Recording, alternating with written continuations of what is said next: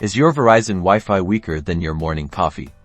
Let's fix that signal with the Verizon Wi-Fi Extender E3200, and I will walk you through the complete setup step by step. First, unpack your E3200 extender.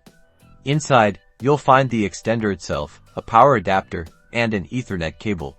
Make sure you have all components. Plug the power adapter into the E3200 extender's power port.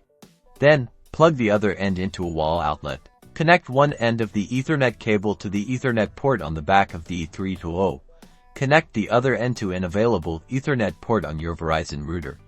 This is a temporary connection for the initial setup. Locate the WPS button on your Verizon router. It's usually on the back or side of the device. Press and hold the WPS button on your router for about 23 seconds until the WPS light starts blinking. Within 2 minutes, press the WPS button on the E3200 extender for 23 seconds as well. Watch the light on the E3200 extender. It will blink while connecting. Once it turns solid white, the extender is successfully paired with your router. Now, unplug the E3200 from both the power outlet and the Ethernet cable. Find a new location for the extender, ideally halfway between your router and the area where you need better Wi-Fi coverage. Plug it back into a power outlet.